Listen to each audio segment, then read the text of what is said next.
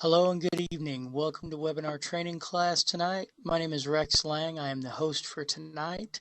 And tonight we are doing another in our preview series for the Indy Real Estate Expo. The Indy Real Estate Expo is coming up on July 18th from 4 to 9 p.m. at the Ritz-Charles in Carmel, Indiana. Folks, you do not want to miss this event. It is going to be fantastic. And one of the reasons it's going to be fantastic is our speaker that's going to be with us tonight. Dawn Rickabaugh is the broker-owner of Note Queen Capital Funding, established in 2007. She buys seller finance notes across the country and helps others get started investing in notes. She often consults in real estate transactions that involve owner financing and teaches others how they can wholesale, rehab and flip, or buy and hold paper notes, as well as property without using banks or hard money lenders. Dawn originally graduated from Brigham Young University in nursing and worked for several years in the ICU and the ER at local trauma center. She now pursues her passion for helping people through a blend of traditional and innovative real estate and note transactions. She has 4 young adult children and shares a wonderful life with her partner in Temple City, California. Dawn, welcome so much to webinar training class. Thank you so much, Rex. It's really a pleasure to be here with you tonight.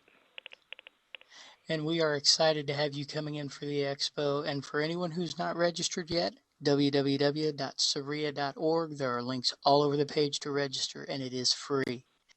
But tonight, I want to go in and just talk about Dawn a little bit. I've given an introduction of what you do, Dawn, but please take a minute and tell us how you started, how your business has grown, and what you're doing right now. Yeah, well, I would love to. You know, back in the 90s when I was busy being a nurse and a mom of young children, I just always had this feeling that I wanted there to be more. I was interested in real estate investments and all sorts of alternative things. I wanted to be an entrepreneur, and I knew that my body wouldn't last for 40 years in the kind of nursing jobs that I was doing at that time. And so I started taking a lot of different courses and boot camps and spent a lot of money like a lot of us, have kind of coming through the ranks. But the thing that caught my attention the most during those years was notes. When I learned about real estate notes and I learned how to use the financial calculator, I just got captivated. And so I was learning about it and dabbling here and there, never, gave it my full attention. But in 2004, I just said, hey, I'm gonna do or die, sink or swim. So I quit my job in 2004 and have been just an entrepreneur ever since, trying on lots of different hats and seeing, the scope of what's out there in the market in terms of real estate and notes. And then in 2007, when I broke off on my own completely from other real estate investors I was working with, I accidentally got the brand Note Queen, and it was sort of a joke, but I said, well, what the heck? I'm just going to use that as a brand and a way to launch a conversation that interests me. And the thing that I learned during those years at working with other real estate investors who were only doing, fix and flips, all cash, buy low, sell high, and as you know, a lot of people, felt like geniuses between the years of 2000 and 2005 before things started to switch. But the people I would call would be these nice older people that would say, Dawn, we don't want to sell for cash because, you see, we need income for retirement and we need to defer capital gains and we need income. We don't need the big, and plus we want to leave something nice for our kids. And so I said, oh my goodness, if they only knew about owner financing, carrying paper on these properties that they owned free and clear, then they could quit having the weariness of being a property manager.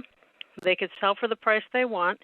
They could get cash flow. They could defer capital gains. And so my early iteration of my business model was just showing these people what owner financing was, that it created a note that they would hold and then put in their estate for their kids. And just to show them that it was a retirement planning tool, an estate planning tool. And so that's kind of the first iteration of it. And then it's just gone on to help people learn how to sell with owner financing, learn how to buy with owner financing. And of course, the other side of owner financing is real estate notes, because an owner financing transaction is pregnant with the note business. Absolutely. And I believe the last figures that I saw, and they may be a little high, but isn't it about 40% of all houses are owned free and clear in this nation as a whole anyway? So you've got Yeah, a pretty I've heard very similar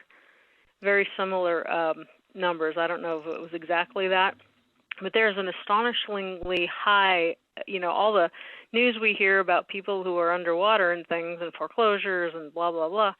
There's a lot of people who have a ton of equity in their properties, and it's not easy to get a bank loan these days. This is very true, and this is what turns us to the presentation that you're going to be bringing us at the Real Estate Expo coming up here in just 8 days. The title of the presentation, Pumping Paper for Profit, Owner Financing and Discounted Notes. Now, we just had this past week in our newsletter, your article, and one of the best lines in your article that I like said, if you ever own chickens, you intimately understand why you don't want all your eggs in one basket. And you talked about three different ways that people can get involved in notes or paper. Could you take just a moment, because one of them was carrying paper on property that you already own. The other Right? was becoming a private lender, and the other one was buying notes from other sellers who carried. So, would you take a minute and maybe just kind of give us a brief overview of those three? Because I have a feeling you're going to go into these probably more in depth in your presentation.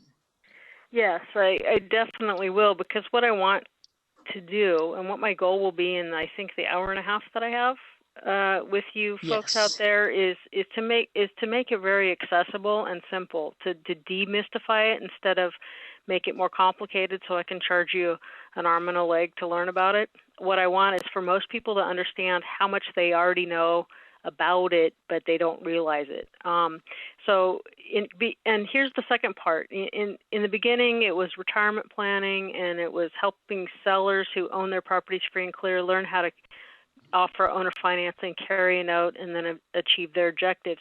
These days, we've got so many people. I can't remember the numbers, something like 12 trillion, I don't know, leaving the stock market. Nobody trusts Washington and Wall Street with their money.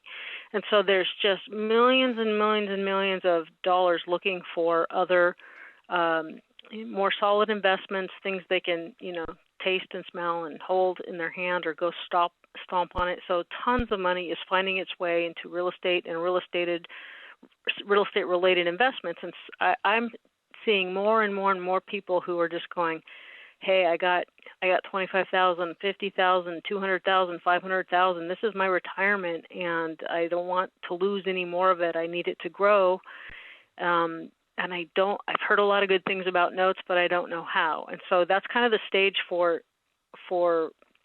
what I'm going to be sharing and why it's so relevant in today's market. How does someone who's never invested in a note but desperately needs a good safe return on their money, dare to dip their toe into this arena? So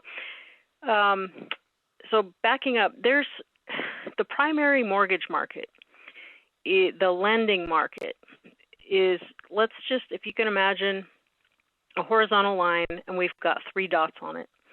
So the lenders we think of usually are banks, and none of us are usually banks as private persons.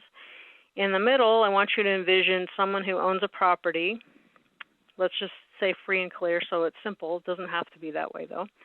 So those people could lend, kind of. They're not really lending their money like the bank is, but they're lending the equity that they have in the property. So they're originating a note and a deed of trust, or a note and a mortgage. What is it in Indianapolis, in India? It's The a mortgage note or and deed of trust? Mortgage. mortgage. So the bank gives you a note and mortgage if you get money from them.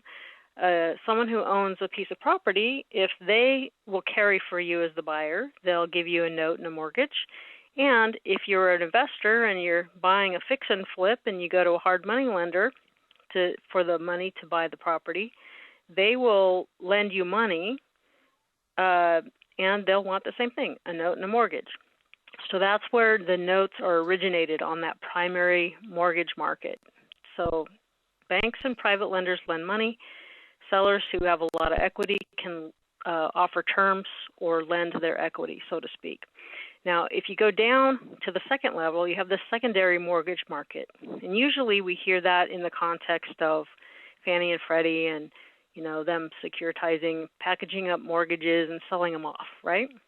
But there's a secondary market for private paper as well. So all those owners and there's just an increasing number of people who are doing this because of necessity and because how attractive it is.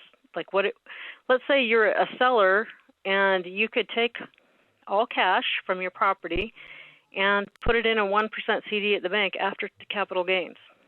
But if you carry, you can take some money down, and then you can leave your money working at 5, 6, 9, 10%. So if someone wants a good investment, a lot of times they're leaving their equity in there because it's so advantageous for selling and then also for their own portfolio. So anyway, where I fit in, I guess, not exclusively, but I would say 70% of my business is down there on the secondary market, not buying from banks, not buying from private lenders. I'm buying the paper that's created by those sellers who offer owner financing to the buyer. Do you think that's clear enough, or do you want to ask me any clarifying questions? No. I mean, I think that's very interesting, and I think that's something that should pique a lot of people's interest to come out to the expo and learn more, because while one thing could lead to another in this discussion, what I'm seeing is that you are tapping into a market that is generally not tapped into by a large number of investors, real estate investors. A lot of these people, like you said, are first-time people that are just, trying to either get into the market because they've heard about real estate, and like you said, the returns are so good, or they are trying to actually leverage a piece of property that they have to be able to get more over the long run than they could in the short run. Right. So yeah, if you run if a private person looks at an amortization schedule and sees what they'll get over the long haul, they'll go, oh, now I know why I should want to be a bank, because, for that $100,000 property, you're going to collect $300,000, or depending on how you put it together. So. Exactly. There's a reason they have big buildings with glass and, downtown and all those things. Yeah, and why they get bailout money and we don't. So anyway, yes, yeah, exactly. and the thing is, it's absolutely wonderful to invest in property, but paper is just so wonderful because you can make an 8 or 9 or 10% return on investment if you buy a nice rental property, put a lot down, and you have a good area and solid tenants. So you can make your 8, 9, and 10% really safely, really nicely. But if the property goes down in value 20%, that's not very fun. Or if rents go down, that's not very fun. Then your yield is really off. So if you have a $100,000 property and then it goes down to $80,000, or rents go from $1,000 to $800, that affects you. Whereas if I came in and just bought the note that was secured by that same property, I'm only in at, say, $50,000. So maybe I bought that note for $50,000, so I'm only in at 50% of the value of the property. And if the property goes down in value, doesn't bother me. If rents go down, doesn't bother me. And I'm making 8, 9, 10, up, 11, 12, 13, 14%. And I don't take the calls from the tenants when the toilets get stopped up.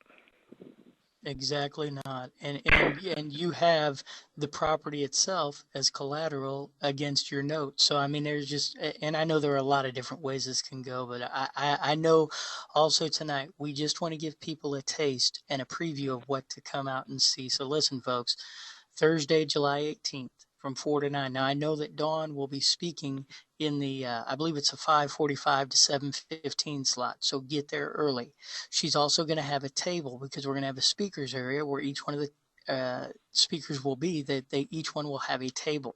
So you'll have a chance to come out, talk to her, and tell her how much you appreciate this information that she's giving us tonight and how much better it's even going to get in her breakout session when you go and attend that evening. So once again, folks, like I said, Thursday, July 18th, www.sabria.org to sign up. It's free. Come out.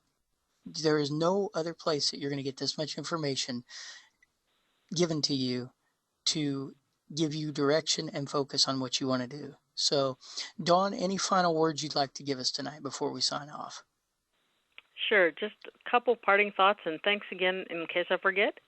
Just thanks so much for having me out. It's going to be a real privilege to be out there with you next week. But two things. Most people think, okay, the only way to do real estate is either buy and hold or buy and flip, buy, rehab, and flip. Well, anything you can do with property, you can do with paper.